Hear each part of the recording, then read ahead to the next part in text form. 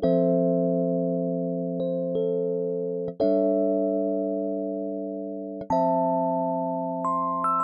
guys, I'm Nick at NickDrummer20. My name is Corey Sipes at SnipesDama. I'm Chad at Chad Covington. I'm Bryan Scagline at Bryan_Scagline. You guys are listening to Georgia Kendama Radio. Guys, today we got a very interesting, very special podcast to run at you guys. We got Bryan Scagline and Chad Covington here as special guests, and we're going to be talking about MKO. So, basically, you guys know we always want to give you some interesting tips and just like ways to help you out, be better Kendama players, or just be better content creators. So today we're going to be talking about two things. We're going to be talking about the predictions for the day one tricks and also tips for being on stage. So if you're going to MKO or if you're planning on being in any competition in the future, definitely keep listening to this podcast to get some tips from guys that have been on the stage more than a couple times. So like I said, we're going to get started out with talking about the day one tricks. So the predictions that we have for what day one will be. So I've been listening to some of the Sweets Life stuff or the Twitch account things, and based off of what they've been saying on there, it's split up based off of skill level. So day one is supposed to be easiest, day two is supposed to be a little harder, and day three is going to be all the hardest tricks. Mm-hmm. So I went ahead and took the 31 tricks that they have and broke it down to about 11 or 12 tricks. So I'm going to read it off for you guys listening today, and then we'll talk about it, see if there's any arguments, and just basically give you guys the best idea for what the predictions are on day one tricks. So Corey, if you want to go ahead and read those off. So for the first day prediction list that Nick created, the first tricks that we have are the 3 times jumping stick, the switch 1-turn airplane, the inward lunar to lighthouse, flip inward lunar trade spike. That's a good one. The down spike, penguin spike. In my opinion, that's probably going to be on there for sure. The forward half moon circle to lighthouse flip trade spike. Then we have the switch stunt plane fast hand. That's a really good one as well. I could definitely see that one being a first day trick. Then we have the kin flip bird.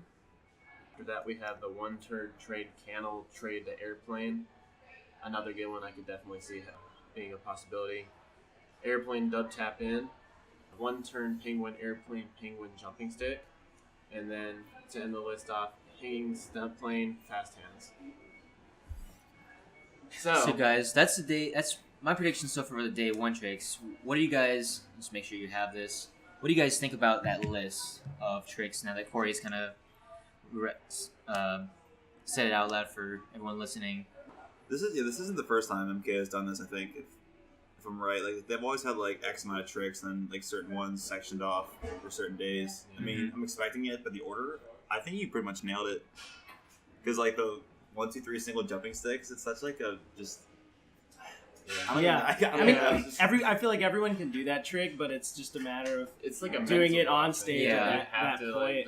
Like last year, I think it was like last year. It was like trip whirl or like trip J stick, but now it's just dissected. It's like single 3 times. Yeah. I mean, the thing is, you've got tricks like double stilt flip, which very much takes a lot of skill and a lot of time and practice to like if I'm master. Gonna do a double stilt, it has to be like the right temperature outside. Totally. It has to be like Sunday. It has to be like a sniper shot. I can sit down and do 3 J sticks. It has to be a total best case scenario. Yeah. It would almost be a troll to have the 3 J6 be like anything other than day one. That's one of those tricks where like you just have to be, your mental game has to be strong. You can't overthink it. You just have to be. You have Gallagher day 3 doing triple jumping sticks. Like, why? What if that's the last trick for the win? That would be fun. The final round, they go for 5 points and they get down like it's 4-4. What if they put last trick 3 J sticks in a row? Put all the hard tricks day 1, easy tricks day 3. You never know. Like that. I do have a question about how it works on the finals because I know they go up to more points. Does that mean there's more cards in the stack? Do you guys know? I think in the past they haven't added any more. Really? It'll be the same from. I think it's still sectioned off no matter what. I don't think they. Last year they had 33 tricks, and they each round would put the tricks back, shuffle them up, and just get. I think it was 11 from those 33. Each round is a new 11. It always gets so intense, like when you're watching somebody. day 1 or 3, like anytime you're playing somebody and you know like it's like a perfect match, like if it's like Bonds versus Wyatt or something, it's just like they're going trick for trick on each other. It's the reason I did this is to be specific. I listened to, I think it was the first Twitch that Sweets did, and they said specifically that each section will have, they already have set out day 1, 2, and 3. Okay. And that it is, in fact, based off of skill level 1, 2, and 3. So that is why I went with day 1 being the easy tricks. Yeah. Just to clarify for everyone listening, that's based off of research. So right now we've sectioned into day 1 and then day 2 and 3 are together. Is that correct? Oh, well, this is all the tricks. Oh, so you've just pulled out day 1 tricks. Yeah, but it's okay. I got it. Because personally, I'm only pressing day 1 because I know I'm not getting past day 1. No. That's a good thing to focus on, though. Like if you can get past day 1, you know that's a big deal. Getting from that hotel stage onto the MKO stage is like huge. One thing I think that's interesting is, as we all know, like everyone has such different play styles for Kendama, and so looking at this, like I know an easy one for me is triple pull-up gunslinger, and it's just because gunslingers are easy for me. Mm-hmm. So if I got that day 1, like I'd be like, oh sweet. But I could very well see that being like one on day 3 that people are like, oh, triple gunslinger. That's that's gonna be tough. The play styles are so different. But then you might get a trick like let's see. I'm surprised how fast I got 1 turn candle like airplane in. Like some of them, like some of them I'll sleep on. It's like there's no way, and I'll actually give it one honest shot, and you nail it. Yeah. Like if you just like see yourself doing it and just completely go for it, like that's the best way to go. Lyndon and I were going through a couple days ago, and he was first teeing at least like 3 tricks, and he's like verbatim was saying, "I've never even done this before." First teed some, you just gotta get yourself like completely in the zone. If the shakes will happen and stuff, I'm sure we'll get to that. But that's the other thing, that you have to make yourself do the trick. Because there's been, like in previous competitions, from my experience, like I'll see the list and I'll look at the list, like be practicing the tricks I do know, and then I'll see one and I'm like, oh my god, I hate this trick. And I'm just like, I'm not even gonna go for it. I've tried like all kinds of methods too, like going into competitions. Like I've tried going in cold turkey, like just not looking at the tricks, but not really practicing until like day of. That doesn't work. Yeah, it doesn't work. Well, shoot that one down right now. I've tried like grinding like way ahead of time, and I've tried also like grinding in the middle, and I think there's a sweet spot for me at least. Like, but everyone's different. Like, where how you want to practice and these comps. I think where I was leading with that, just because we're giving tips and everything, like if you're the type of person who's like me, like if you look at a list and you kind of like pick and choose based off what your preferences are, I feel like that it's honestly kind of like gonna hurt you in the long run, just because you're picking and choosing what you're good at. And kind of just ignoring like picking the tricks. Right. Yeah. So it's also maybe a good perspective, like doubling down on the ones you know you're good at. Like if you're really good at those, it's almost like a guaranteed point. Yeah. But then again, it's all luck of the draw as well. Like in addition to sweets, like pulling these tricks for day 1, day 2, day 3, those tricks are going to be pulled at random on stage. Yeah. So there's such a small chance you're going to get those ones that you're really good at, but I guess equal chance like you're going to pull the ones you're bad at as well. So it's, you never know. Like you could pull out all 3, like the first 3 that you pull could be the 3 that you're really good at, and like you get through that round. Exactly. But you very well could get 3 that you have never landed before because you chose to like practice those that you're really good at, and so. Yeah. So with that, I think either approach could work, but but just to round out this segment, so. Basically, are we in? You've seen the list for day 1 that I kind of came up with. What do you guys think that it's a solid list? Was there anything you would change or switch out? I think it's pretty solid all around. Definitely like the jumping stick 3 times. All of these tricks, I think the majority of people going to MKO will be able to land all of them. Yeah, so you definitely see that as day 1. I was telling Nick this earlier. I was thinking that there might be like one trick in the beginning day just to throw people off. And like I was thinking it might end up being the scooping goldfish. I was just gonna say that's what I'm. That would be I was just gonna say that was one that I was very on the fence about, and the reason I went with actually considering that as day 3 because that's definitely a trick that I would see being like a hype I think like day 3, I'm so they're hyped, also, in addition to thinking about the players, they're thinking about people watching, hundreds of thousands of people walking through the mall, and like this trick where you're scooping it off the ground flipping it, and then catching it in the air. Just looks really cool. So I I could see that very well being a day 3. Why? trick. Why does it have to be bird dub over valley? Dub bird turn? That's one of those tricks I'm not practicing. No, I'm kidding. Yeah. So, just to go back over it, if you guys are in agreement, pretty much, my predictions at least for day 1 tricks of MKO are going to be jumping stick 3 times in a row, switch 1-turn airplane, inward lunar lighthouse, flip inward lunar trade, down spike penguin spike, forward half moon circle lighthouse to lighthouse flip trade spike, switch stunt plane fast hand, can flip bird, 1-turn trade candle, trade airplane, airplane dub tap in, 1-turn penguin airplane to penguin jumping stick, and hanging stunt plane fast hands. I know that's more than 11 tricks, but that's based on my predictions for day 1. So if you guys are going to MKO and you're listening to this, hopefully that'll give you an ups on day 1 tricks. Something else that people can take from this, though, and since you went ahead and made a list like this, is if you're going to MKO, make your own list and take Nick's into account, but also what tricks are easy to use, because they may be easy to other people, they may be easier to the Sweets team, and they may think that those should be day 1 as well. Yeah. So keep his in mind, and also try and look at the list and see what you think as well. Yeah, and if you guys come up with a different list, definitely shoot it to us in the YouTube comments or even personal, as you guys know our Instagram handles. So definitely shoot those to us. Yeah, at NickDrummer20, at Snipestama, at Chad Covington, at Bryan Scagline. But yeah, so definitely check those out and shoot us back what you guys think. So that's the section where we're talking about the day 1 tricks, the predictions at least, and what these guys think of that. So now we want to talk about tips for being on one of the biggest stages in the world. Obviously, Skags and Chad have both been on some of the biggest stages in the world. They've been to Japan. They've been to MKO more than once. So you guys definitely have the ups, especially compared to me and Snipes, on how to handle yourself on one of the biggest stages for Kendama. So for everyone going to MKO, maybe for the first time or for the 4th time, 5th time, what would you tell them, as far as helping them out on stage, even though you want to trash them anyways? I would say rule number 1: steer clear of me, because I'm going to be on a warpath, just landing everything. Now, I would say meet everybody, introduce yourself to everybody, people you talk to on Instagram or the internet or whatever, but just get insight from everybody, see where everyone's heads at, get some trick ideas. Sometimes you'll be not good at a trick, but just by talking to the right person, popping into Fisher or something at MKO, it's I'm not really not too honed on this trick, right. And his words of advice are try it this way, may lock you in. Right, so when you're playing later that day or the next day or something, you have it. It's just it's really good, just support and just good mental place. But I would say definitely introduce yourself to everybody, talk to everybody, just ride that good vibe wave, not even trying to be cliche. Just that is what really drives me. It's nice. Mm-hmm. Yeah, that's pretty. Get yourself in a good headspace, I'd say, is to start. Yeah.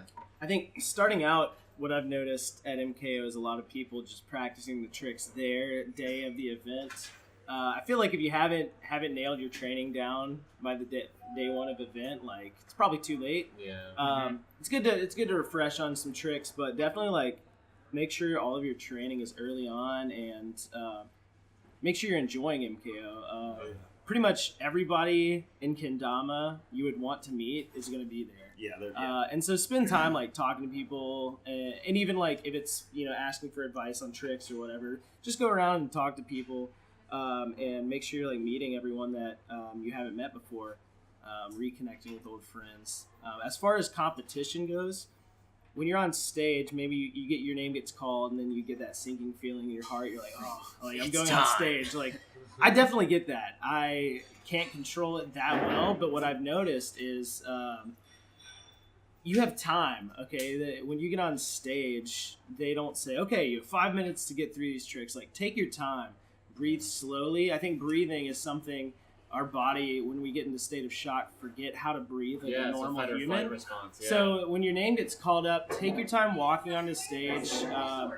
I think try and be a little friendly, as you're going up, talking to people. Look out into the crowd. Don't just freeze up. Make sure to take your time and breathe. And remember, you have as much time as you want to complete the tricks, to draw the tricks. Yeah.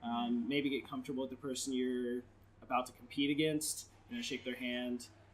And remember, at the end of the day, Kendama's all about having fun. So even if you lose, like, it was a good experience. It was fun, and nobody remembers that. Like, as soon as you walk, like, if you're about to, if you go up there and you just get like your clock cleaned, and you're done. Like, you walk off stage and you're just like, oh my, you just want to hide your face. Like, nobody cares. Yeah. Like, genuinely, nobody cares. It happens.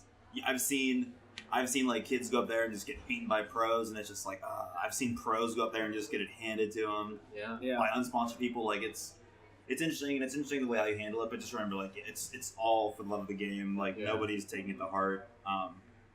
Any negative thoughts that you have beforehand, try and just erase them. Like, honestly, like, don't think about the negative. Just think about, I'm gonna land this. Think as positive as you can. I think that's the best thing for your mental space, at least. Yeah, try to always celebrate the victories, I guess. Yeah, for sure. Yeah, dab up your teammates. Like, even if you do lose, like, just focus on the positive aspects and what you can improve on too. You're still there, and like, look at, like, okay, so maybe you go up your first competition and you get taken down. Like, use that opportunity to just like you said, learn from it. And then, like, you still have X amount of days at MKO. Film doubles tricks with somebody. Keep meeting new people. Like, do 3 days. 3 days is a lot of time. Yeah. It's awesome. Especially if you arrive 4 days. Yeah, especially if you arrive on Thursday. Like, just like you guys were saying, like, take time, like, hang out with people, talk to them, and like, in some ways, it's like beat the competition, but at the same time, it's also like get in their heads. See how other people. Like, I'm gonna trash you tomorrow. Hide all their strings. Yeah, hide all their spinners. Oh yeah, no spinners, right? It's like cut strings. I would say, I mean, I've never been on the biggest stage in the world, but I got second place in the world. Biggest mall in the world. Just extra. I've never been in the biggest stage in the world or anything like that, but I went to Battle of the Border, hosted by your boy here, Chad Covington, and I mean, I won second place in advance, and I feel like one of the biggest things that helped me do that, while it's not like I didn't beat like Kevin DeSoto or anyone or do anything crazy like that, but I feel like one thing that really helped me was just going there and getting on stage, realizing that either way to have fun. Yeah. So it's like not being 100% like don't be a robot and be like, I have to land this trick. And really being positive with the person you're playing, like giving them a high five when they land a trick, even if it gave you a point, and just like almost acting like it's just a game of Ken between just you and one other person, and it's not on the stage, just hanging out at your local jam. Oh yeah, That's what I was gonna say too. That reminded me, like, the past couple times. This will be my 4th year returning to MKO. Like, super excited, like super grateful to have all those opportunities. But like when I go up on stage, like every single time, I just look directly at my opponent. Like, sometimes I know them, sometimes I don't know them. Right. And I'll just like look at them, like, ready to do this. Like, it's gonna be fun. Like, I'm feeling good. Like, I practice a little bit. Like, totally come clean to them. Like, just got that like equal playing field. Right. Just so we're both feeling good. Yeah. And also, it kind of lowers the nervousness. I feel like and if like usually like the MKO guys are like Sweets and Sweets crew, like Cody or you off Gabe or something, just like with the cards, and it's just like, aren't you in? Like, how are we feeling today? Like, just kind of get everybody in there. And then like you'll have like your team, like the people like in the crowd like supporting, but I always try to make it like super just like intimate between like us two and then like one of the judges. But I just had a thought. Makes it more fun. The 4 of us are all going, and we're all competing in the open division. Yeah, there's a very good chance that like one of us could go against each other as we get called up. Haven't thought about it. Hasn't crossed my mind. So I'm going ahead like getting you guys' head right now while we're like in now. That'd be really cool though. I'd be more than happy to. I've been studying Nick. Nick and I have both been in Kendama USA now for a little over a month. 2 months. Yeah. And I've been just getting in his head little by little every day. I look at his shoulder. I know the password to his phone. It's anything that Nick does, I'm on it. So I'm just kidding. Sometimes I'll just be in Nick's house, just unannounced. I don't have to justify that. Just hiding his strings, using the pool, whatever. Yeah, I mean, kidding. That would be hilarious, honestly. Just studying his moves. Me and Skags have talked about it a couple times, like, because we're both going, and we work next to each other. But if physically, next to each other, I told them that if we get paired up, I'm literally going to go and slap Matt Sweets. Just give him a good slap on the kisser, because that would be BS. Kidding, obviously, but travel all the way out there and just compete to the guy you work next to. Matt Sweets himself physically has a hand in everything involved with Sweets Kendamas. So like everything and anything, just like straight to Matt. Just slap straight him in the face. To Matt. But yeah, I mean that's a good point. Is like if you go, so far, because a lot of people go out of the country, out of state. Like that's another thing is you get to play someone you've never played before. So. Definitely have fun with it. I would suggest like if you're matched up with someone that's a pro or someone that you may not even know, try and find them and try and talk to them beforehand too. Just be like, hey, I'm the one you're facing. Like, do you want to you practice real quick? And sometimes that is so powerful. Just because I remember a few times when Tomatsu started coming to MK, he started feeling the second one or first one even, and it was just I remember people just being like, oh my gosh, I have to go against Tomatsu round one. It's good luck. Yeah. But it's cool too, just to meet that person and cause sometimes if you know you're gonna get if it's gonna be a tough battle or tough game, look on the bright side. I'm competing against Tomatsu-san or I'm competing against White Beret, these guys that get to do it all. I look at that too as that's awesome. Yeah, for sure. Speaking of big names like that, of course yourself too. So everybody's always thinking about the winner of any competition. Oh, yeah. So I want to hear predictions for freestyle and for the open class. What do you guys think? Who's gonna take it? I know Konami USA. We have a few in freestyle. I think Nobu was Nobu? invited. Nobu was invited, and I think Gavin also. Gavin and Logan are in it. I think. Yeah, I believe. I think Logan was in there. Yeah. I don't think Wow, three of 8. That's if you remember last year, I think Logan ripped it, didn't he? Well, Logan plays freestyle. Only 2 of those were invited, but he's ended up. You can also sign up to do freestyle. I don't think Dave is. Dave got on super late. Yeah, we were stoked we found out Dave was coming MKO, but yeah, sweet. Not freestyle, but Dave's coming MKO. It's gonna be sweet. Cool. Yeah, I think Nobu could definitely do have a big impact on freestyle for sure, and open. What's cool about freestyle is you got these 8 people who have been invited, but there's 8 that we don't even know. Yep. Yeah, until that final day or the second day. Dylan Westmoreland is also in freestyle. Yeah. Wow, is that 4 Kusa people invited or? No, again, I don't know about invites, but I know they're in it. Invite, I think there's only 2 invited. Nobu and I think it was either Gavin or Logan. I think it was Logan. Regardless of who's invited and who's gonna, we know who's gonna be in freestyle. What do you guys think for open and freestyle winners? I feel like the cool thing about freestyle is that literally anybody can take it. You really don't know what people are practicing and what. There's probably a kid right now who's practicing a trick we've never seen before and is ready to unleash it just for the freestyle. But that's the thing is for freestyle, I mean, you might have honed in on a special trick that you've never seen done before, but I mean, you gotta be able to go on stage and do that. Yeah. So it's a different dynamic. So predictions for open division. Back to that.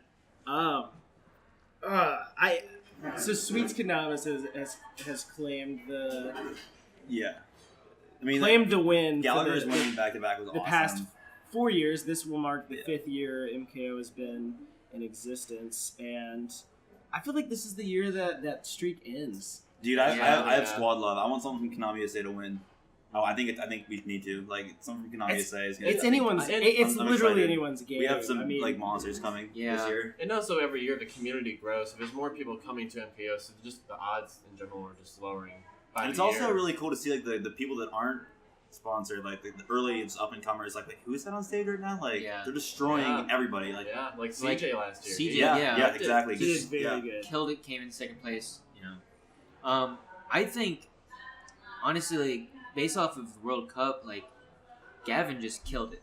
Yeah. And I think because of that and a little bit of the maturity that's grown from that, he could really have he could really be honed in on for open. So I would say Gavin Nobu definitely high up there, and apparently So Kanata is supposed to be there. Wow.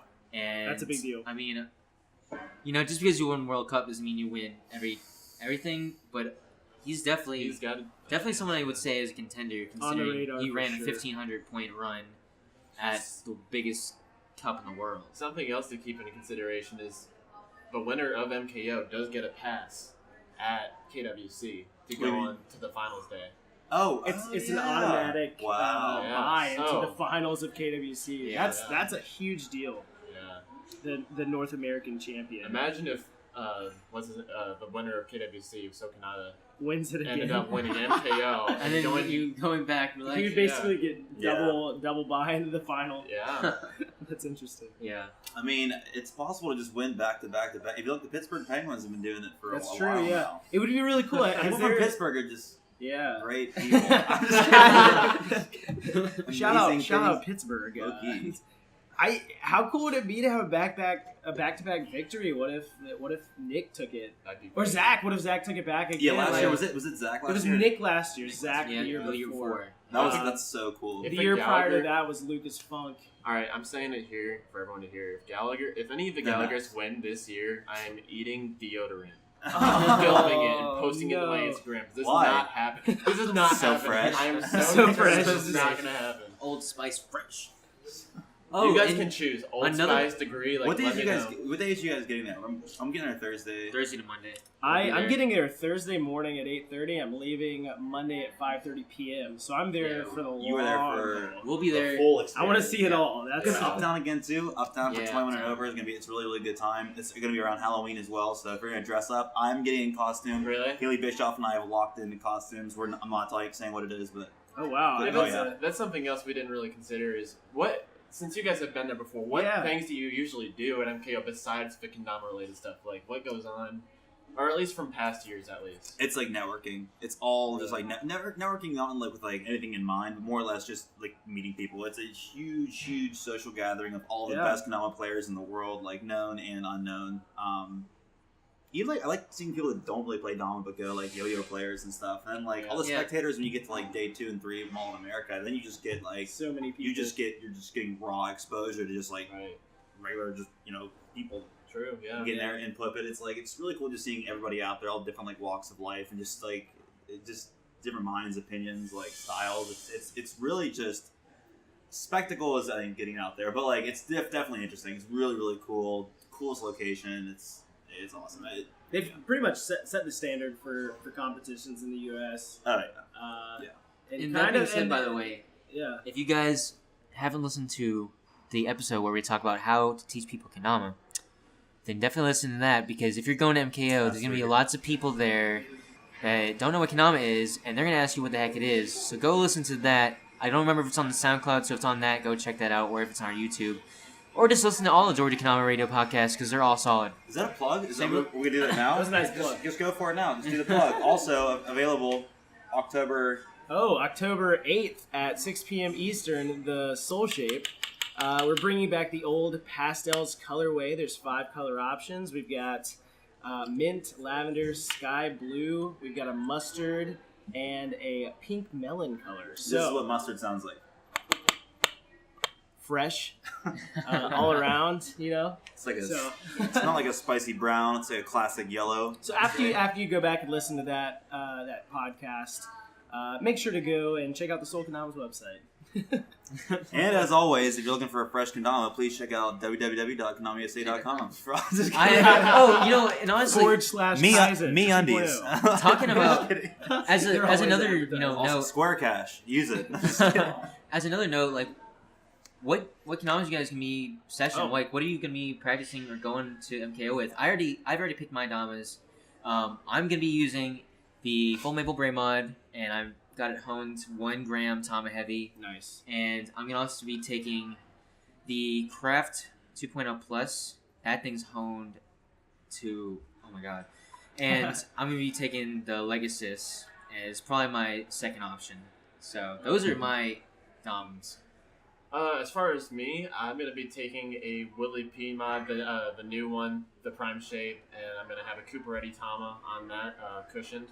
And then I've been debating on whether if I'm going to bring this Soul Shape, because it is like one of my new favorite Picked shapes. it up yesterday. Picked it up yesterday. I'm loving it so far. Everyone's like sold out right now. Yeah, right? Yeah. Sold out? Sold. Oh, shoot. Oh, maybe the Souls are sold out.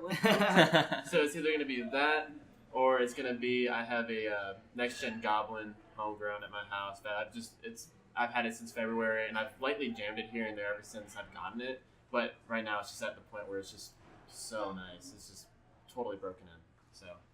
I'm not 100% yet, but I'm pretty confident of doing I like having fresh setups, like getting into competitions, but like I'm probably gonna break this one in a little bit more to get acquainted with it. Right. But I'm thinking the Maple Bray mod can, with the Colin Sander pro model Tama, Right. black string spinner, got some Of course. Dama glue all over it. Backup Dama. I think I'm gonna bring a Crom Neon Tama with a Craft Slim can, just because like those things are so good, so good, and they fit the molds, like you can compete with them. So I mean, Yep. That's my Just barely. Might break the box a little bit, but it'll fit. So my current idea, I'm using a sky blue, one of the new Soul shapes, the sky blue pastel. Also working in a lavender right now. I'll figure out, I guess within the next couple weeks, which one is really going to be the setup. Because prior to getting these a week ago, I had been jamming a Natty Beach with this shape. It was a For a sample. while. It was like solid 3 to 4 months maybe. Oh my God. And When so we had the prototype, he was like, that Kendama is so broken in. I might bring it just in case I, last minute decide like this is the one, you know. Yeah. But we'll see. The sky blue and the lavender are breaking in pretty nicely so far.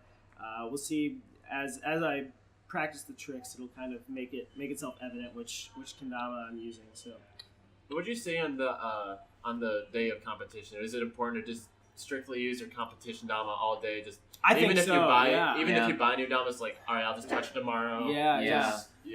That's a good call. Yeah, I feel like that. Stick with the Kendama you're gonna compete with.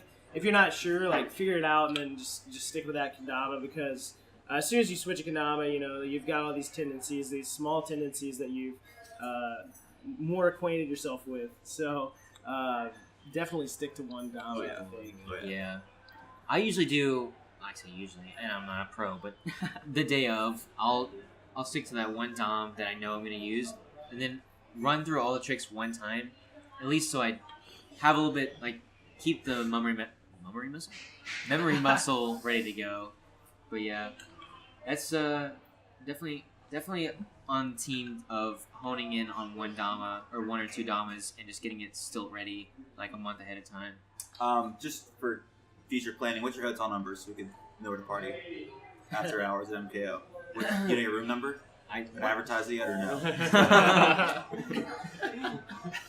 I There's going to be a pro-am mixer after the competition in Nick and Corey's room. We should totally do that. There's going to be it's gonna be a beverages and snacks. I think mixers are kind of weird. Let's call it a whisk. Is that chill? whisk. Yeah. A whisk. Yeah, let's call it a whisk. We're gonna be doing mattress hops off of the roof of the hotel, and Yo, think Fun fact, real should quick, we do fun things fact. just like things you shouldn't do at the hotel. Should we do a quick disclaimer? don't swim in the The swim in fountain. yeah. So here's the thing. Like, it's happened the past 2 years. You're gonna want to It's- go on the roof. Just avoid it. Don't. No roof, no fountain. The past 2 years, somebody has swam in the fountain of the lobby. Didn't It's the someone same. fall It was asleep the same person. Don't sticker slap things. Matt Sweet specifically God. said, "Do not swim in the fountain." So Yeah. we'll see if it happens this year. I hope not. If you see Bonds in swimming trunks, I please think a lot of alert people somebody fell in front of from Sweets immediately. Yeah. Bonds will get it in jeans. Let's be honest. Yeah. Backpack on, like Dama strapped to the waist. Random things. The hotel shuttle, it's free. Make use of that. You do to and from the mall and the airport. Ubers are fairly inexpensive, but the the shuttle's a no-brainer. It runs like 20. Even if you're going to the airport, if you have to go home, you're getting there. If you're going to the mall. Plus, America. it's a great opportunity to meet players you haven't gotten a chance to talk to. I've had some really You good gotta ride with conversations on the shuttle. Be respectful of like sound and noise. Like at times, you'll go from having like maybe 3 people in a hotel room to like 11 or 20. And Yeah. it's just, 11 or 20. Seriously though, like it gets Yeah, like it gets packed out of at hand, some. yeah. Just be mindful because like we usually have Dama players usually reign over the hotel, but there are sometimes like one-off like guests that are there. Like try to keep noise down. I know it's going to be difficult to do that, but Yeah, it's gonna be very difficult. don't. I would say just easily things to avoid. Don't sticker slap the walls. Don't grab the No walls. sticker slapping. Please no, yeah. And guys, speaking of all these things that like tips for being there, we are going to be doing another podcast pretty soon. on like traveling tips for MKO. So if you guys like these, definitely check that one out in the next coming weeks. Because maybe you've never traveled in general, maybe you've never been in an airplane, or maybe you never traveled for Dama. We're definitely gonna be giving you tips for all those things. So check that out next time. But guys, I mean, you guys have any last things you want to let people know? Take your time, enjoy it. Yeah, it's definitely gonna be awesome. Like, do your homework, practice your tricks. Just get excited. It's an awesome time. I look forward to it every single year. Oh yeah. When I was asked this year, like, "You want to get MKO?" I was like, 100%. Yeah, this being me and Corey's first time, yeah. So it's a good time. Shout out Kendama USA. Thank you for making it happen again. Shout out Sweets for putting it on. Cody, everyone does all the hard work. It's an awesome time. Check it out, MKO 2017. Yeah. So guys, I think that's a wrap. Thank you to everybody who listened to this. If you guys enjoyed having the interviewees who've been on this podcast before, but definitely need to be on it more, let us know. If you think the pieces of trash, let us know. If you guys like what we talk about, let us know. And if you have suggestions for the future, just let us know. Send those comments down to the YouTube comment section or our Instagram handles. But guys, that's been Georgia Kendama Radio. Thank you so much for listening. That's it.